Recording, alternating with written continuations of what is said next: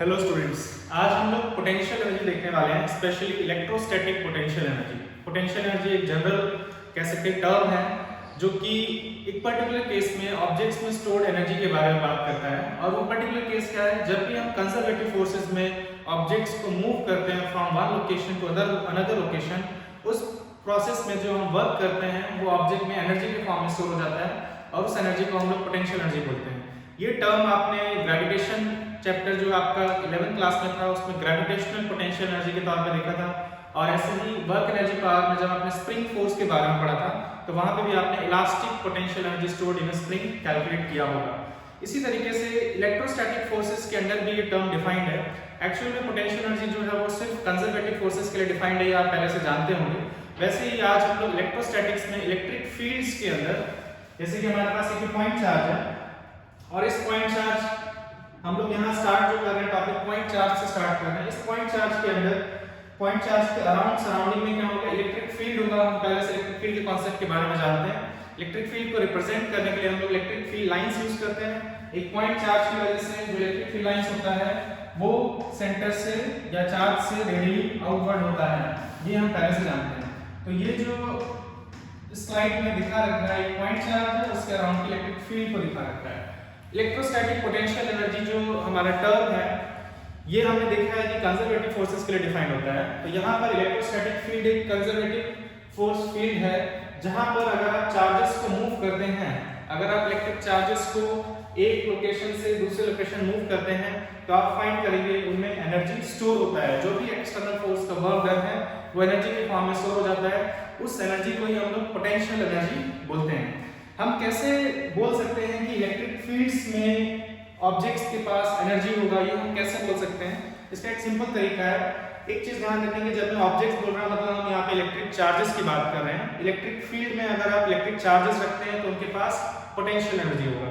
तो इसको चेक करने का तरीका क्या है? सपोज मैं क्या करता हूँ, ये एक पॉजिटिव चार्ज है यहाँ पर और इस पॉजिटिव चार्ज की इलेक्ट्रिक फील्ड में सपोज मैं एक और चार्ज लेके आता हूँ। लेट्स से पॉजिटिव चार्ज मैंने यहाँ पे रखा है, ये पॉजिटिव चार्ज है जो मैंने यहाँ पे रखा है। अगर मैं इस ऑब्जेक्ट चार्ज को सिंपली यहाँ पे रिलीज रखने के बाद रिलीज करता हूँ, हम फाइंड क्या करेंगे? ये चार्ज जो है ऑटोमेटिकली मूव करेगा। किस डायरेक्शन में मूव करेगा? क्योंकि ये पॉजिटिव चार्ज है, in the direction of electric field move करेगा। ये सारी चीजें हम पहले से जानते हैं। तो ये चार्ज जो मूव कर रहा है, मूव करने का मतलब इस चार्ज के पास क्या आया? काइनेटिक एनर्जी आया। मूव करने का मतलब इस चार्ज के पास काइनेटिक एनर्जी आया। ये काइनेटिक एनर्जी कहां से आया है? अगर हम इस क्वेश्चन का आंसर जानने की कोशिश करें तो हमें समझ में आएगा कि इस चार्ज के पास एनर्जी स्टोर रहा होगा। बिकॉज जब मैंने इस चार्ज को यहाँ पे रखा और उसके बाद रिलीज किया, उस समय मैंने कोई फोर्स एक्सर्ट नहीं किया, सिंपल रिलीज किया। दैट मींस मैंने कोई पुश अप्लाई नहीं किया जिसकी वजह से मूव करना चाहिए था। बट जैसे मैंने इसको रिलीज किया, ये मूव कर रहा है। मूव करने का मतलब इसके पास काइनेटिक एनर्जी है। यहाँ पर आप law of conservation of energy apply करें तो ऑब्जेक्ट्स एनर्जी क्रिएट नहीं कर सकते हैं, डिस्ट्रॉय नहीं कर सकते हैं। एनर्जी ट्रांसफर हो सकता है या कन्वर्ट हो सकता है from one form to another. अब इस चार्ज पार्टिकल के पास अगर काइनेटिक एनर्जी आ गया है, इसका मतलब पहले से इसमें कोई ना कोई फॉर्म ऑफ एनर्जी स्टोर रहा होगा जो कि कन्वर्ट हो रहा है किसमें? काइनेटिक एनर्जी में। बिकॉज मैंने जब यहाँ इस चार्ज को यहाँ रिलीज किया था तब मैंने इसको कोई इनिशियल पुश नहीं दिया है। इसका मतलब ये है, हम बोल सकते हैं कि इलेक्ट्रिक फील्ड्स में अगर हम चार्ज पार्टिकल्स को किसी लोकेशन पे रखते हैं तो चार्ज पार्टिकल्स क्या कैरी करते हैं? एनर्जी कैरी करते हैं। उस एनर्जी का ही नाम क्या है? Electric potential energy. इसी को हम इलेक्ट्रिक पोटेंशियल एनर्जी बोलते हैं। अगर सपोज यहाँ पे इलेक्ट्रिक फील्ड नहीं होता है, इमेजिन करिए कि एक ऐसा लोकेशन यहाँ पे इलेक्ट्रिक फील्ड नहीं है और मैं सिंपली एक चार्ज को यहाँ रिलीज करता हूँ, सिंपली वहां पे रखता हूँ, इनिशियल वेलोसिटी 0 है, रेस्ट से रिलीज करता हूँ, हम फाइंड करेंगे वो चार्ज पार्टिकल मूव नहीं करेगा। वो मूव इसलिए नहीं कर रहा है क्योंकि इस बार उसके पास कोई एनर्जी का फॉर्म नहीं है और इस केस में इसके पास कोई एनर्जी का फॉर्म है जो किसमें कन्वर्ट हो रहा है? काइनेटिक एनर्जी में कन्वर्ट हो रहा है। तो यहाँ से हम इस फैक्ट को एस्टैब्लिश कर सकते हैं कि इलेक्ट्रिक फील्ड में अगर हम चार्ज पार्टिकल्स को रखते हैं तो उनके पास क्या होगा? एनर्जी होगा और उस एनर्जी का नाम हमने क्या रखा है? Electrostatic potential energy. हमारा एम यहाँ पे क्या है कि कोई भी चार्ज पार्टिकल अगर एक दूसरे चार्ज पार्टिकल की इलेक्ट्रिक फील्ड में रखा हुआ है तो उसमें कितना पोटेंशियल एनर्जी स्टोर होगा ये हम जानना चाहते हैं। तो इसके लिए हम इस चीज को फॉलो करेंगे कि इस चार्ज पार्टिकल के पास पोटेंशियल एनर्जी कहाँ से आया होगा। तो इसको फॉलो करने के लिए आप चीज देख सकते हैं कि इस चार्ज को यहाँ लाने के लिए, क्योंकि चार्ज पहले से यहाँ नहीं था, इस चार्ज को यहाँ लाया गया है, इस चार्ज को यहाँ लाने के लिए हमें वर्क करना पड़ा होगा। सपोज ये चार्ज यहाँ कहीं रहा होगा, तो इस चार्ज को जब हम मूव करके इस तरफ लाना है हमको, तो एक्चुअल में हमें वर्क करना पड़ेगा। इसका रीजन क्या है? क्योंकि ये पॉजिटिवली चार्ज पार्टिकल है, या फिर यहाँ पर जो इलेक्ट्रिक फील्ड है वो रेडिएटिंग आउटवर्ड है, तो वो इलेक्ट्रिक फील्ड क्या करेगी? इस चार्ज पार्टिकल के इस डायरेक्शन में फोर्स एक्सर्ट करेगी, इस डायरेक्शन में फोर्स एक्सर्ट करेगी। और मुझे अगर इसको मूव करके यहाँ से यहाँ लाना है, तो मुझे मिनिमम फोर्स, जो कि जिससे कि मैं इसे विदाउट एक्सेलरेशन यहाँ से यहाँ मूव करके ला सकूं, वो इलेक्ट्रिक फील्ड के बराबर फोर्स लगा के रखना पड़ेगा और मूव करते हुए यहाँ लाना पड़ेगा। यानी कि जो एक्सटर्नल फोर्स है उसके अंडर इस पार्टिकल पे क्या हो रहा है? वर्क हो रहा है, क्योंकि हम एक्सटर्नल फोर्स अप्लाई कर रहे हैं और इस पार्टिकल को मूव करके इस लोकेशन तक शिफ्ट किया जा रहा है। तो अगर ऐसा किया जा रहा है, इस प्रोसेस में हम वर्क कर रहे हैं, हम एनर्जी ट्रांसफर कर रहे हैं इस पार्टिकल को, और क्योंकि ये वर्क जो है कंजर्वेटिव फोर्स फील्ड के अंदर हो रहा है, तो ये वर्क जो है वो एनर्जी स्टोर्ड हो जाएगा ऑब्जेक्ट्स में, ये स्टोर्ड हो जाएगा किस फॉर्म में? पोटेंशियल एनर्जी के फॉर्म में। तो इसका मतलब ये जो एनर्जी इस पार्टिकल के पास यहाँ पर है, ये कहाँ से आया होगा? इस पार्टिकल को एक्चुअल में यहाँ पर लाते समय जो वर्क किया गया है, जो एनर्जी ट्रांसफर किया गया है, उस प्रोसेस में इसके पास वो एनर्जी स्टोर हुआ है। जैसे हम इसको रिलीज करते हैं, वो एनर्जी हमको फाइनली काइनेटिक एनर्जी के फॉर्म में दिखाई देता है। लेकिन फिर आप नेक्स्ट क्वेश्चन ये पूछ सकते हैं, तो यहाँ से यहाँ लाने में सपोज मैंने 10 जूल का एनर्जी स्पेंड किया है, तो यहाँ पे यहाँ से यहाँ जाने में इसका 10 जूल पोटेंशियल एनर्जी इंक्रीज किया होगा। बट ये भी तो हो सकता है कि इसके पास पहले से यहाँ पे पोटेंशियल एनर्जी रहा हो, तो ये कैसे पता करेंगे? तो फिर से हम वही करेंगे, हम इस पार्टिकल को सपोज यहाँ पे अगर रिलीज करते तो ये भी मूव करता, अगर इसके पास भी काइनेटिक एनर्जी आता, इसका मतलब यहाँ पर भी इसके पास पोटेंशियल एनर्जी स्टोर रहा होगा।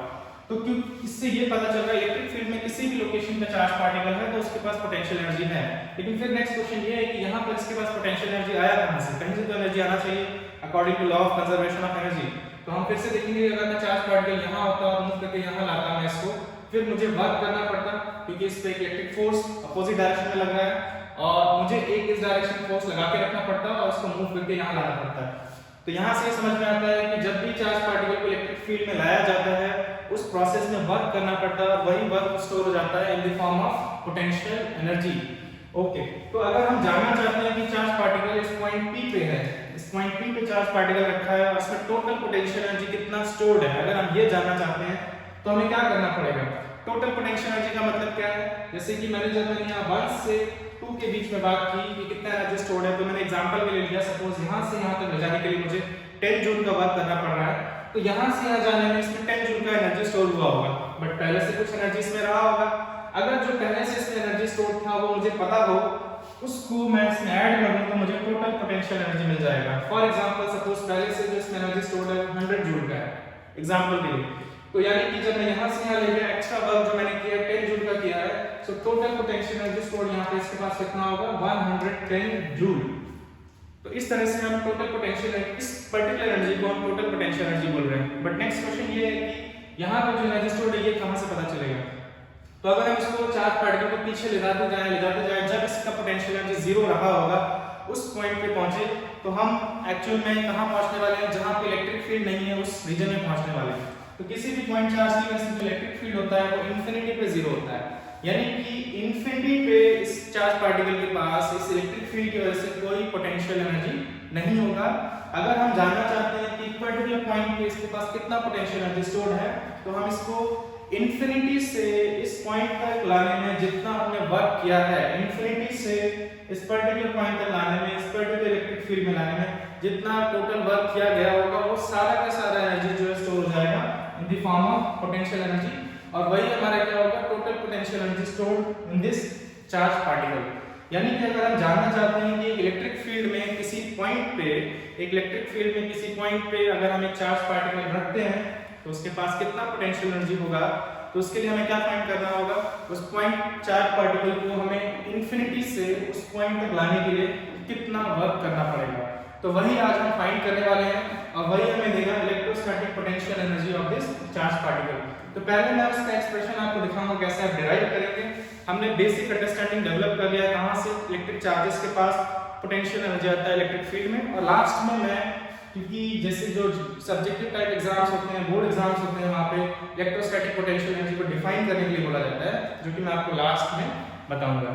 तो हमने अभी तक जो कुछ डिस्कस किया है उसके अकॉर्डिंग चलते हैं और हम डिराइव करते हैं कि कितना पोटेंशियल एनर्जी स्टोर होगा इस चार्ज पार्टिकल के पास जब इसे इंफिनिटी से इस पॉइंट तक इस इलेक्ट्रिक फील्ड में लेकर आया जाएगा। तो जल्दी से हम इस पॉइंट को देखते हैं। तो अभी हम क्या देख रहे हैं, हम लोग एक पॉइंट चार्ज जो है यहाँ पर रखा हुआ लेफ्ट साइड में, इसको मैं कैपिटल Q से डिनोट करने वाला हूँ। कैपिटल Q से डिनोट करना होगा, ये वो पॉइंट चार्ज है जिसकी इलेक्ट्रिक फील्ड है यहाँ पे सराउंडिंग में, और इसकी इलेक्ट्रिक फील्ड में मैं दूसरा चार्ज पार्टिकल लेके आने वाला हूँ। किस लोकेशन पे लेके आने वाला हूँ उसके लिए मैं क्या करने वाला हूँ, उसके लिए मैं यहाँ से डिस्टेंस डिसाइड कर रहा हूँ। इस पॉइंट चार्ज से सपोज यहाँ से r डिस्टेंस पे एक और पॉइंट चार्ज लेके आएंगे जिसको मैं Q से डिनोट कर रहा हूँ। एक और पॉइंट चार्ज लेके आएंगे जिसको मैं Q से डिनोट कर रहा हूँ। ये चार्ज कहाँ से लाया जाएगा, हम लोग इस चार्ज को इनफिनाइट से लाने वाले हैं। ऐसा लगता है कि इनफिनाइट से लाना बहुत अजीब सी चीज है, बट मैथमेटिकली हम कैलकुलेट कर सकते हैं कि इनफिनिटी से चार्ज को यहाँ मूव करने के लिए हमें कितना वर्क करना पड़ेगा। मैथमेटिकली हम लोग इनफिनिटीज के साथ डील कर सकते हैं, तो वो देखते हैं कैसे होगा। इसके अलावा इस चार्ज पार्टिकल को जिस लोकेशन पे हम लाए हैं इसको मैं P से डिनोट कर रहा हूँ, P पॉइंट P, यानी कि मैं P पॉइंट पे इस चार्ज पार्टिकल को इस इलेक्ट्रिक फील्ड में लाने की वजह से इसमें कितना पोटेंशियल एनर्जी स्टोर होगा ये फाइंड करना चाहता हूँ। तो देखते हैं हम लोग इसको कैसे प्रोसीड करेंगे।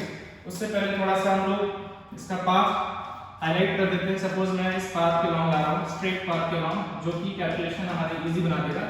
और कहाँ से ला रहे हैं हम लोग, इसको रिप्रेजेंट करने के लिए मैं यहाँ पे इनफिनिटी लिख दे रहा हूँ, यानी कि Q चार्ज को मैं इनफिनिटी से इस पॉइंट पर लेके आ रहा हूँ। और हम क्या कैलकुलेट करना चाहते हैं, वर्क डन कैलकुलेट करना चाहते हैं। हम वर्क डन क्यों कैलकुलेट करना चाहते हैं, क्योंकि वही वर्क डन जो है वो स्टोर हो जाएगा in the form of potential energy. हम चार्ज पार्टिकल को इनफिनिटी से क्यों लाना चाहते हैं, क्योंकि हम जानना चाहते हैं इसमें टोटल पोटेंशियल एनर्जी कितना स्टोर हुआ है। तो हम पहले से कुछ चीजें जानते हैं वर्क डन के बारे में। Work done by any force can be found using this formula F dot ds। अगर हम इस इंटीग्रेशन को सॉल्व करते हैं तो work done by any force हम फाइंड कर सकते हैं। ठीक है, तो वो देखते हैं हम कैसे फाइंड करेंगे, इसको कैसे यहाँ पे अप्लाई करेंगे। सबसे पहले यहाँ पे ये जो वर्क डन होगा ये हम पहले से लिख रहे हैं, ये वर्क डन हम किस पे कर रहे हैं, इस चार्ज पार्टिकल पे कर रहे हैं। This work done by the external force, लिख देता हूं मैं यहाँ पे, this work done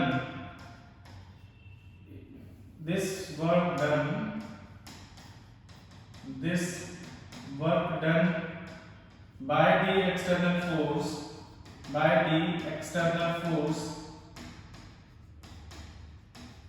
it's stored in the form of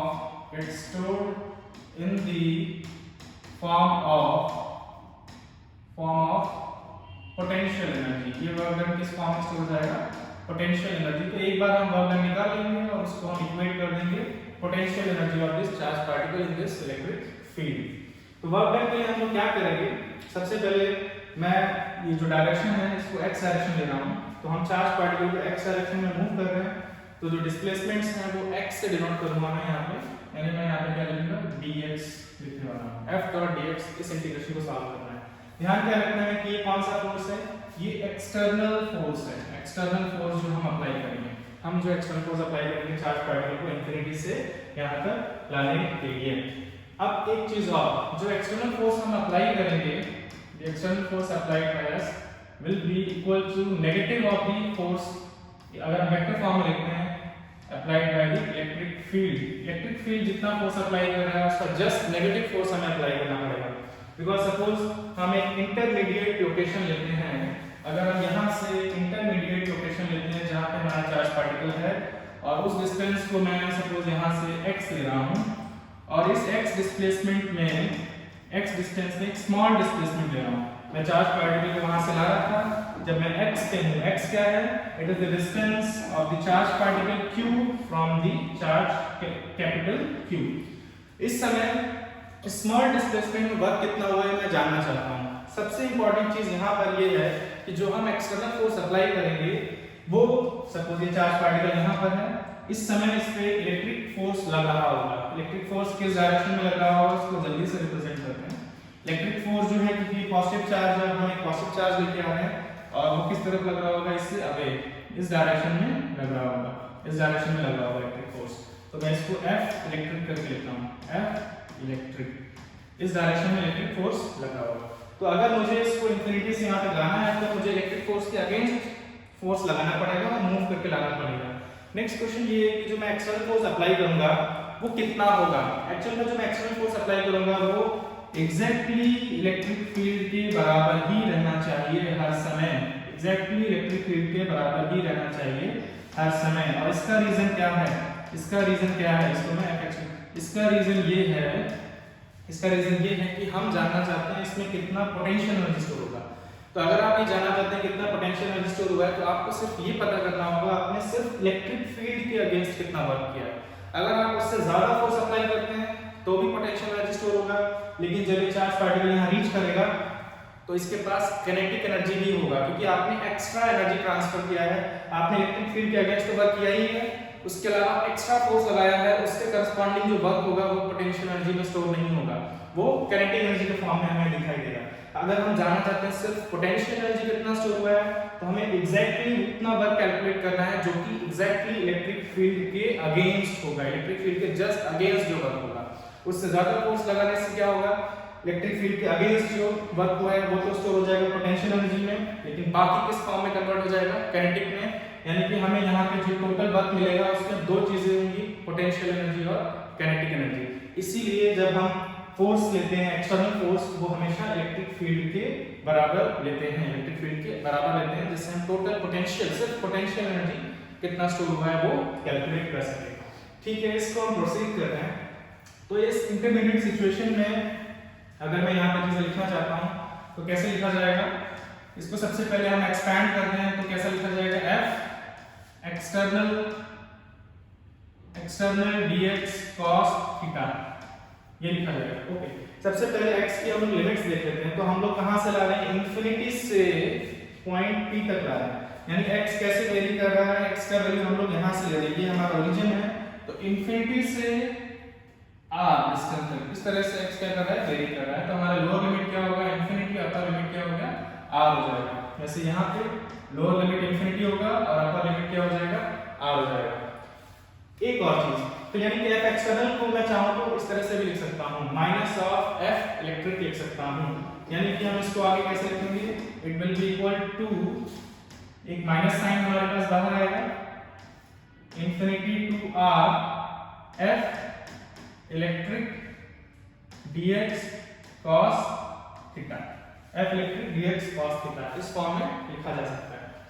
इसके बाद हम इलेक्ट्रिक फोर्स एक पर्टिकुलर x पे अगर हम निकालना चाहें, किसी पर्टिकुलर डिस्टेंस पे फ्रॉम पॉइंट चार्ज, इस पॉइंट चार्ज पे कितना इलेक्ट्रिक फोर्स लग रहा होगा, तो हमारे पास कूलॉम्स लॉ है।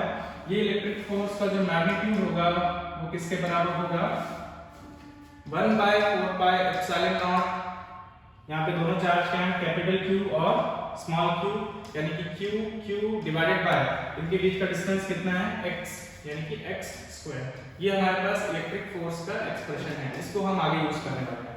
उससे पहले मैं इस इंटीग्रेशन में एक मॉडिफिकेशन करने वाला हूं, वो क्या है, अगर मैं लिमिट्स को रिवर्स कर देता हूं, सपोज मैं बात कर रहा हूं इंफिनिटी से पॉइंट P तक चार्ज को लाने के लिए कितना वर्क करना पड़ेगा।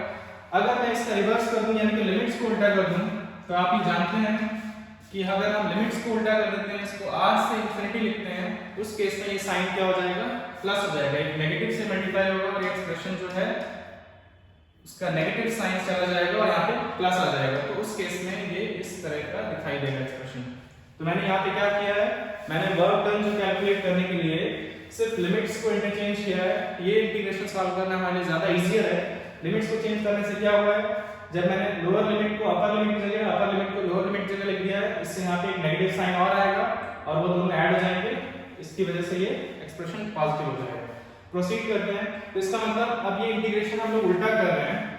हम लोग क्या कर रहे हैं, पॉइंट P से इंफिनिटी तक ले जाने के लिए कितना वर्क करना पड़ेगा वो हम सॉल्व कर रहे हैं। और ऐसा नहीं है कि हमने जो स्टार्टिंग में डिसाइड किया था उसका उल्टा प्रोसेस किया जा रहा है। हमने जो स्टार्टिंग में डिसाइड किया था वही किया जा रहा है। जब हमने लिमिट्स को उल्टा किया तो हमने एक माइनस भी लगाया है, जिससे हमारे फाइनल आंसर में कोई चेंज नहीं आएगा। तो अभी हम पॉइंट P से कहां जा रहे हैं, इंफिनिटी की तरफ जा रहे हैं और इस एक्सप्रेशन को सॉल्व कर रहे हैं। तो देखते हैं, अगर हम पॉइंट P से इंफिनिटी की तरफ जा रहे हैं तो जो इलेक्ट्रिक फील्ड है वो हमेशा किधर है, रेडियली अवे। किसी भी पॉइंट पे इलेक्ट्रिक फील्ड राइट की तरफ है और dx जो हमारा स्मॉल डिस्प्लेसमेंट है, it is also towards right, it is also towards right. इसका मतलब दोनों के बीच का एंगल जो है वो 0 रहेगा, हर समय दोनों के बीच का एंगल 0 है। दैट मींस cos 0 जो है वो cos थीटा जो है इसका वैल्यू 1 हो जाएगा, बिकॉज़ cos 0 कितना होता है 1। तो मैं यहाँ पे cos 0 लिख दे रहा हूँ और ये एक्सप्रेशन और भी सिंपलीफाई हो गया है हमारे लिए। तो यानी कि अगर हम जो वर्क डन कैलकुलेट कर रहे हैं इसके लिए हमको सिर्फ इस इंटीग्रेशन को सॉल्व करना है from r to infinity, lower limit is r, upper limit is infinity, f electric dx, इस इंटीग्रेशन को हमें सॉल्व करना है। तो किसी भी इंटरमीडिएट पोजीशन पे जो इलेक्ट्रिक फोर्स है उसका मैग्नीट्यूड जो है वो हमारे पास ये है, इसको यहाँ पे पुट करते हैं। तो राइट साइड में क्या आएगा, r to infinity 1/4 pi epsilon naught q divided by x square dx। इस इंटीग्रेशन को सॉल्व करना टफ नहीं है, इसमें से जो कांस्टेंट्स हैं को हम बाहर निकाल लेते हैं। तो कांस्टेंट्स क्या है, 1/4 पाई एप्सिलॉन नॉट q, ये भी कांस्टेंट्स हैं, q इनटू स्मॉल q। तो इंटीग्रेशन में क्या बचेगा, 1/x स्क्वायर dx, कहां से, स्मॉल r से इंफिनिटी, स्मॉल r से इंफिनिटी। इस इंटीग्रेशन को सॉल्व करते हैं। 1/x स्क्वायर का जो इंटीग्रेशन होता है तो 1/मैं q लिख देता हूं इसको, q upon 4 pi epsilon not 1/x square का इंटीग्रेशन होता है -1/x। -1/x को मैं माइनस बाहर निकाल लेता हूं, ये इंटीग्रेशन आप खुद भी कर सकते हैं। माइनस को मैं बाहर निकाल रहा हूं तो हमारे पास क्या बचेगा, 1/x, लोअर लिमिट क्या है r और अपर लिमिट क्या है infinity, lower limit r upper limit infinity, जो हम पहले से रखते हुए आ रहे हैं। फर्दर इसको सॉल्व करते हैं हम लोग। अपर लिमिट रखेंगे, बाहर हमारा माइनस है, q upon 4 pi epsilon naught, upper limit क्या है 1/इंफिनिटी minus lower limit 1/r। Limit कहां रखना है, x की जगह, अपर लिमिट 1/इंफिनिटी माइनस लोअर लिमिट में 1/r आएगा। और हमें पता है 1/इंफिनिटी का वैल्यू क्या हो गया, 0 हो गया, ये 0 हो जाएगा, ये टर्म इसको हम 0 लिखेंगे और ये माइनस और ये माइनस प्लस हो जाएगा। इसकी वजह से जो हमारे पास वर्क डन आएगा वो क्या आएगा, 1/4 pi epsilon naught q by r। ये हमारा फाइनल एक्सप्रेशन आ गया वर्क डन का। ये वर्क डन कहां से कहां का है, एक्चुअल में वर्क डन इंफिनिटी से पॉइंट P का ही है। हमने लिमिट्स उल्टा किया था लेकिन हमने एक माइनस साइन भी लगाया, तो अभी भी ये वर्क डन कौन सा है, इंफिनिटी से पॉइंट P तक q चार्ज को इस इलेक्ट्रिक फील्ड में लाने के लिए टोटल कितना वर्क डन करना पड़ा होगा। और अभी हम जानते हैं कि ये वर्क डन जो किस फॉर्म में स्टोर हो जाएगा, इलेक्ट्रोस्टैटिक पोटेंशियल एनर्जी के फॉर्म में। इसीलिए फाइनल एक्सप्रेशन जिस इलेक्ट्रोस्टैटिक पोटेंशियल एनर्जी को हम लोग U से डिनोट करते हैं, तो electrostatic potential energy stored will be equal to this work done and that will be equal to 1/4 pi epsilon naught 1/4 pi epsilon naught q by cap small r। तो ये हमारे पास क्या आ गया, एक्सप्रेशन आ गया for the potential energy stored in a charge particle kept in an electric field at a distance r from another charged particle capital Q। इस expression को हम लोग थोड़ा सा और ध्यान से देखते हैं। अगर हम ध्यान से देखें, पोटेंशियल एनर्जी जो है सिर्फ इस चार्ज पार्टिकल पे डिपेंड नहीं कर रहा है, वो इस चार्ज पार्टिकल पे भी डिपेंड कर रहा है और इन दोनों चार्ज पार्टिकल के बीच का जो डिस्टेंस है उस पे डिपेंड कर रहा है। सपोज मैं क्या करता हूँ, इस चार्ज पार्टिकल को यहीं रखता हूँ और इस चार्ज पार्टिकल को अगर मूव करता हूँ तो इनके बीच का डिस्टेंस चेंज होगा। अगर डिस्टेंस में कम करता हूं तो पोटेंशियल एनर्जी जो है वो कम करने पे पोटेंशियल एनर्जी इंक्रीज करेगा और ज्यादा करने पे पोटेंशियल एनर्जी क्या करेगा, डिक्रीज करेगा। तो एक चीज हम लोग यहाँ पे क्लियरली एस्टैब्लिश करना चाहते हैं, वो ये है कि potential energy stored in a charge particle जो है वो सिर्फ इस चार्ज पार्टिकल का नहीं है, ये पोटेंशियल एनर्जी सिस्टम का है। इस सिस्टम में, सिस्टम मतलब यहाँ पे हमारे पास दो चार्ज पार्टिकल है, ये इन दोनों के लिए ही वैल्यू होगा पोटेंशियल एनर्जी स्टोर्ड। सपोज मैं इस चार्ज पार्टिकल को होल्ड करता हूं और इसको रिलीज करते हैं तो ये चार्ज पार्टिकल क्या करेगा, मूव करेगा। अगर मैं इसको होल्ड करता हूं और इसको रिलीज करता हूं तो ये मूव करेगा। इसका मतलब पोटेंशियल एनर्जी सिर्फ किसी एक के पास स्टोर नहीं है। सपोज हम दोनों को ही रिलीज करते हैं, दोनों को एक साथ रिलीज करते हैं तो दोनों चार्ज पार्टिकल मूव करेंगे। तो पोटेंशियल एनर्जी जनरली किसी एक पार्टिकल से आप एसोसिएट नहीं कर सकते हैं, पोटेंशियल एनर्जी दोनों चार्ज पार्टिकल के पास है। हम इसे सिस्टम का पोटेंशियल एनर्जी कहते हैं, ये हमें ध्यान रखना है, ये पॉइंट इंपॉर्टेंट है। तो ये जो पोटेंशियल एनर्जी स्टोर्ड का हमारे पास एक्सप्रेशन आया है इसको हम क्लियरली यहाँ पे बोलने वाले हैं, this is the potential energy stored in the system of two charge particles capital Q small q kept at a distance of r from each other। तो ये पोटेंशियल एनर्जी दोनों के पास है। अगर ये पोटेंशियल एनर्जी सिर्फ इसी के पास होता, इसी चार्ज पार्टिकल के पास, तो अगर मैं इसको रिलीज करता तो इसको मूव नहीं करना चाहिए था, बट दोनों ही मूव करेंगे, ये इंपॉर्टेंट है। अगर आप इसको थोड़ा और क्लियरली समझना चाहते हैं तो इसका रीजन ये है कि ये चार्ज पार्टिकल की फील्ड में, तो इलेक्ट्रिक फील्ड में ये चार्ज पार्टिकल है, बट इस चार्ज पार्टिकल की भी इलेक्ट्रिक फील्ड होगी जिसमें ये चार्ज पार्टिकल रखा हुआ है। तो पोटेंशियल एनर्जी जो है वो म्यूचुअल है, इस सिस्टम का है, ना कि किसी चार्ज पार्टिकल का, ये ध्यान रखेंगे। तो मैं इसको यहाँ पे शॉर्ट में लिख रहा हूँ, इसको शॉर्ट में लिख रहा हूँ, it is the potential energy stored, it is the expression for, it is the expression for potential energy stored, for potential energy stored in system of two charged particles, system of two charged particles kept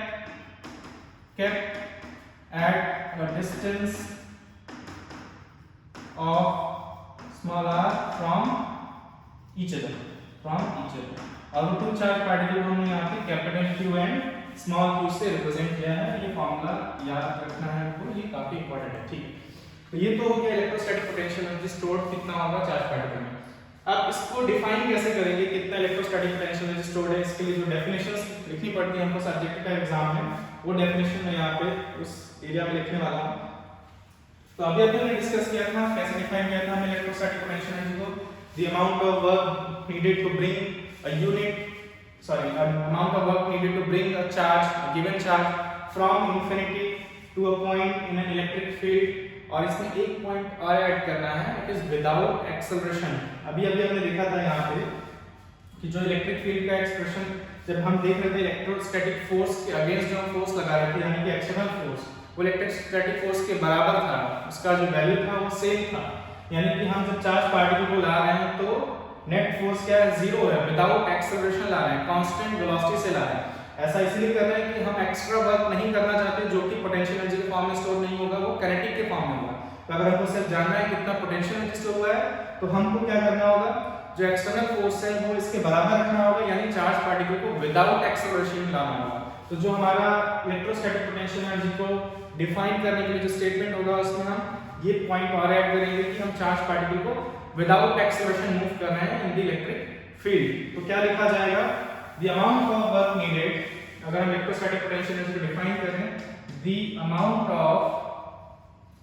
amount of work needed to bring a given charge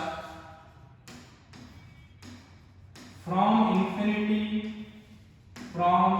infinity to a point in an electric field, to a point in an electric field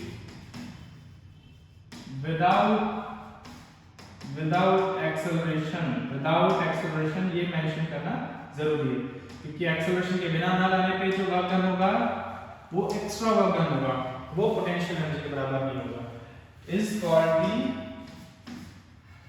electrostatic potential energy, is called the electrostatic potential energy, या is equal to, हम बोलेंगे is equal to the electrostatic potential energy stored in the charge। यहाँ पे stored in the charge लिख रहे हैं, but बहुत specifically बोले तो वो सिस्टम का पोटेंशियल एनर्जी है। तो इस तरह से आप डिफाइन करेंगे इस पर्टिकुलर टर्म को। इसके बाद आप एक टर्म और देखने वाले हैं जिसको हम बोलते हैं इलेक्ट्रोस्टैटिक पोटेंशियल। इलेक्ट्रोस्टैटिक पोटेंशियल क्या होता है? इलेक्ट्रोस्टैटिक पोटेंशियल जो है वो भी हम वर्क उसी की बात कर रहे हैं, हम भी एनर्जी की बात कर रहे हैं, energy stored in a charge particle, लेकिन किस सेंस में हम देखते हैं। तो सबसे पहले अभी जो हमने किया था, पूरा जो प्रोसेस था उसमें हमारे पास एक पॉजिटिव चार्ज था, इस प्रोसेस में हमारे पास एक पॉजिटिव चार्ज था, इसको मैं प्लस से डिनोट कर रहा हूँ, और ये क्या थे, ये इलेक्ट्रिक फील्ड लाइंस थी जो कि रेडियली क्या होंगी, आउटवर्ड होंगी, ये रेडियली आउटवर्ड होंगी, ये वो इलेक्ट्रिक फील्ड लाइंस हैं।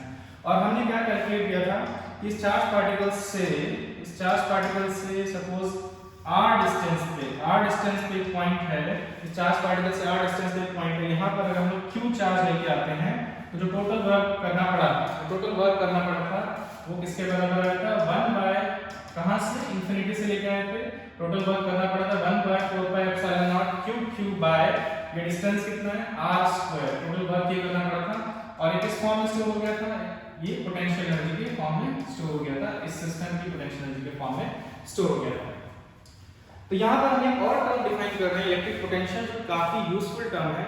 हम क्या बोलने वाले हैं, अभी हमने देखा था हम जो चार्ज लेके आ रहे थे वो क्यू चार्ज था from infinity to this point, from infinity to this point हम क्यू चार्ज लेके आ रहे थे। हम यहाँ डिफाइन करने वाले हैं कि अगर यूनिट चार्ज को हम इंफिनिटी से इस पॉइंट तक लेके आते हैं, यूनिट चार्ज को इंफिनिटी से, यूनिट चार्ज का मतलब अगर ऐसा ही बोले तो 1 कूलम का चार्ज, यूनिट चार्ज को इंफिनिटी से इस पॉइंट तक अगर हम लेके आते तो जो भी हमें वर्क करना पड़ता उसको हम electric potential, electrostatic potential define करते हैं, उसको हम बोलते हैं इलेक्ट्रोस्टैटिक पोटेंशियल। तो ऐसा क्यों कर रहे हैं, अभी हम थोड़ी देर में आपको मैं इस पॉइंट को क्लियर करूंगा, बट ऐसा करते हैं, क्या करना है आपको, इंफिनिटी से वही पूरा प्रोसेस है, इंफिनिटी से चार्ज को लेके आना है, इस बार चार्ज को 1 कूलम का होगा ऐसा यूनिट में, या हम उसको यूनिट चार्ज बोलेंगे, इस पॉइंट तक, इसी पॉइंट तक लाकर लेके आना है, तो जो वर्क करना पड़ेगा वो कितना होगा। तो उसके लिए हमने जो पिछला हमने जितना इंटीग्रेशन को सॉल्व किया था उस एक्सप्रेशन में q की जगह हमें 1 रखना होगा, और अगर हम सॉल्व करते हैं तो क्या आएगा वो मैं डायरेक्टली यहां से डिराइव करने वाला हूं। तो देखते हैं क्या आएगा।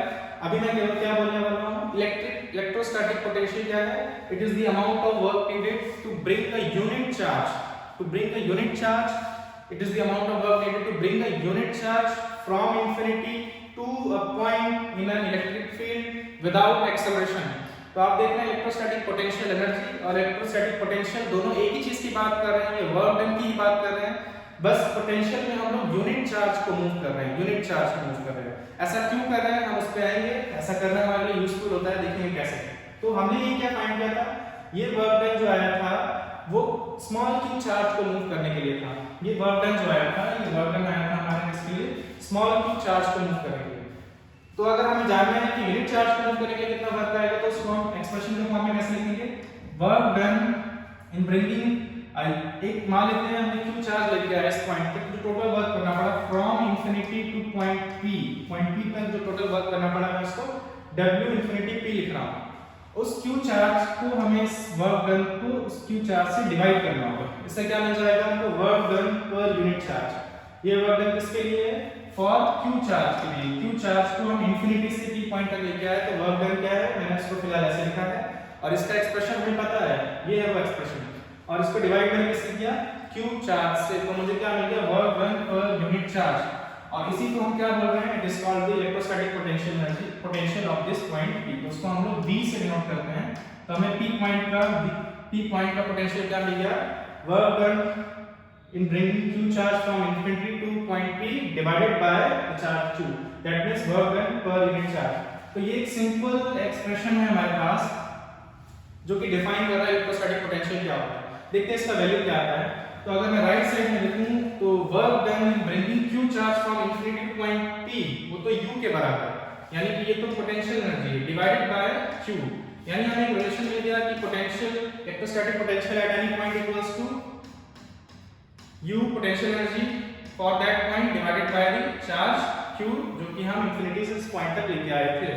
अगर हम इसकी वैल्यू यहाँ रखते हैं, इस पोटेंशियल एनर्जी की वैल्यू, तो हमें डायरेक्टली पोटेंशियल का एक्सप्रेशन मिल जाएगा, और वो एक्सप्रेशन क्या आएगा, सबसे पहले हम लोग UP का वैल्यू रखेंगे, यानी कि 1 by 4 pi epsilon naught Q by r square divided by charge Q। Charge Q क्या है, स्मॉल q, ये दोनों क्या हो जाएंगे, कैंसिल आउट, यानी कि P पॉइंट का पोटेंशियल क्या हो जाएगा, 1 by 4 pi epsilon naught Q by, मैंने मिस्टेक से स्क्वायर लिख दिया, ध्यान रखेंगे यहाँ पर स्क्वायर नहीं है, यहाँ स्क्वायर नहीं है, यहाँ आएगा r।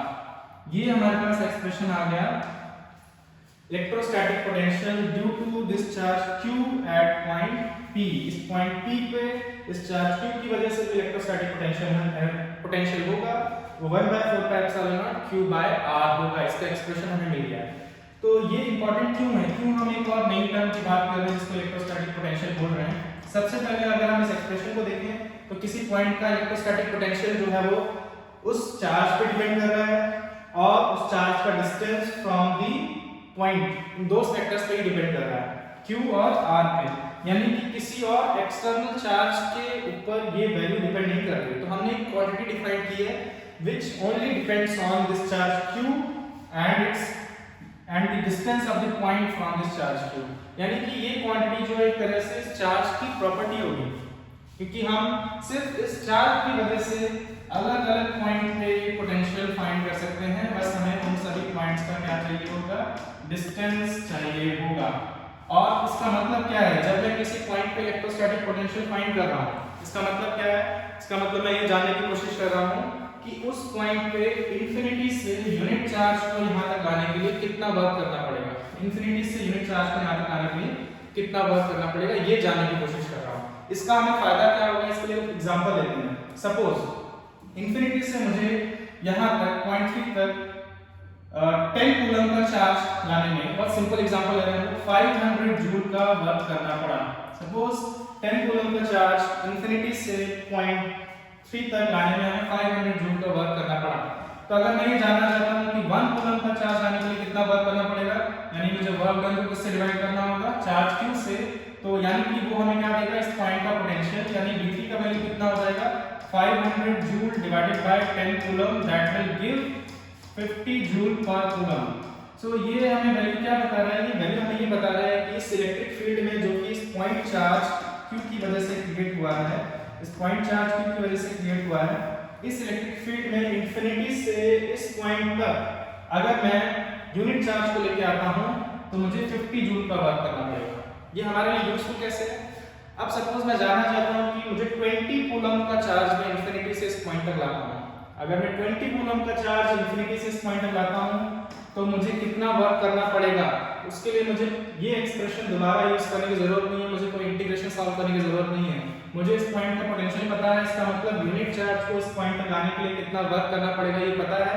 20 कूलम के चार्ज को लाने के लिए कितना वर्क करना पड़ेगा, बस इसको मैं क्या कर दूंगा, मल्टीप्लाई कर दूंगा 20 से, इस पॉइंट के पोटेंशियल को किससे, चार्ज से मल्टीप्लाई कर दूंगा, क्योंकि इस पॉइंट का पोटेंशियल हमें बता रहा है यूनिट चार्ज को लाने के लिए कितना वर्क करना पड़ेगा। तो 20 कूलम के चार्ज को लाने के लिए कितना वर्क करना पड़ेगा, 20 into v3 and that will give 20 into 50 which will be 1000 joules। इस तरीके से एक बार हम इलेक्ट्रिक पोटेंशियल डिफाइन कर देते हैं तो हम किसी भी चार्ज को इंफिनिटी से इस पॉइंट तक लाने के लिए कितना वर्क करना पड़ेगा डायरेक्टली कैलकुलेट कर सकते हैं यूजिंग इलेक्ट्रिक पोटेंशियल, जो कि आप यहां से देख सकते हैं। अगर हमें किसी पॉइंट का पोटेंशियल पता है और q चार्ज को हम उस पॉइंट तक लेके आ रहे हैं तो उसमें पोटेंशियल एनर्जी स्टोर कैसे मिलेगा, q मल्टीप्लाइड बाय vp। ये हमारे पास एक डायरेक्ट तरीका आ गया, यानी किसी पॉइंट पे इंफिनिटी से चार्ज को लाने के लिए कितना पोटेंशियल एनर्जी स्टोर है फाइंड करना है, तो हमें क्या करना होगा, उस पॉइंट का पोटेंशियल फाइंड करना होगा और मल्टीप्लाई करना होगा हम कितना चार्ज वहां पर लेके आए। तो इसीलिए इलेक्ट्रोस्टैटिक पोटेंशियल हमारे लिए यूजफुल है। तो इलेक्ट्रोस्टैटिक पोटेंशियल को हम डिफाइन कैसे करेंगे, it is the amount of work needed to bring a unit charge from infinity to that point in an electric field without acceleration. इसको हम क्या बोलते हैं, इलेक्ट्रोस्टैटिक पोटेंशियल। दूसरा इंपॉर्टेंट पॉइंट क्या है, यहाँ पे ध्यान रखें कि जब भी आप ये फॉर्मूला यूज कर रहे हैं इलेक्ट्रोस्टैटिक पोटेंशियल एनर्जी का, इलेक्ट्रोस्टैटिक पोटेंशियल का, तो जो चार्जेस का वैल्यू है ये आपको विद साइन पुट करना है, विद साइन पुट करना है। इसका रीजन क्या है, एक्चुअल में वर्क डन एक ऐसा क्वांटिटी है जो कि पॉजिटिव भी हो सकता है और नेगेटिव भी हो सकता है। तो अगर सपोज यहाँ पर एक नेगेटिव चार्ज होता, सपोज यहाँ पर एक नेगेटिव चार्ज होता और मैं एक पॉजिटिव चार्ज को इंफिनिटी से मूव करके इस पॉइंट तक लेके आता, अगर मैं पॉजिटिव चार्ज को मूव करके यहाँ लाता तो ये नेगेटिव चार्ज को उस पॉजिटिव चार्ज को अट्रैक्ट करेगा, नेगेटिव चार्ज उस पॉजिटिव चार्ज को अट्रैक्ट करेगा। तो मुझे विदाउट एक्सेलरेशन अगर लाना है तो फोर्स राइट की तरफ लगा के रखना पड़ेगा। अगर पॉजिटिव चार्ज को मैं इस नेगेटिव चार्ज की इलेक्ट्रिक फील्ड में लेके आता हूं तो मुझे फोर्स राइट की तरफ लगाना पड़ेगा और स्लोली लेफ्ट डायरेक्शन में मूव करना होगा, यानी कि एक्सटर्नल फोर्स राइट की तरफ होगा और मूव किधर कर रहे हैं हम लोग, लेफ्ट की तरफ, यानी दोनों के बीच का एंगल 180 होगा और उस केस में वर्क डन नेगेटिव होगा, उस केस में वर्क डन नेगेटिव होगा, यानी पोटेंशियल एनर्जी का वैल्यू नेगेटिव आएगा, इलेक्ट्रिक पोटेंशियल का वैल्यू भी नेगेटिव आएगा। तो उसके लिए आपको दोबारा एक्सप्रेशन डिराइव करने की जरूरत नहीं है, बस आपको क्या करना है, जिस भी चार्ज का वैल्यू आप यहाँ पे रख रहे हैं, चाहे वो ये जो मेन चार्ज है जिसकी इलेक्ट्रिक फील्ड है या वो चार्ज जिसको आप मूव कर रहे हैं, उनका जो वैल्यू है वो विद साइन रखेंगे, विद साइन। अगर दोनों चार्जेस पॉजिटिव हैं तो आप दोनों को पॉजिटिव लेंगे, दोनों नेगेटिव हैं तो आप दोनों को नेगेटिव लेंगे। एक पॉजिटिव एक नेगेटिव रहता है, दोनों को एक को पॉजिटिव और एक को नेगेटिव लेना है, जिससे कि हमारे पास जो एनर्जी स्टोर्ड है विद प्रॉपर एक्सप्रेशन आए। अगर हमारा पोटेंशियल एनर्जी का वैल्यू नेगेटिव आता है यानी कि उस केस में जो वर्क डन है वो नेगेटिव हुआ होगा। नेगेटिव वर्क डन का मतलब वहां पे पोटेंशियल एनर्जी डिक्रीज किया होगा।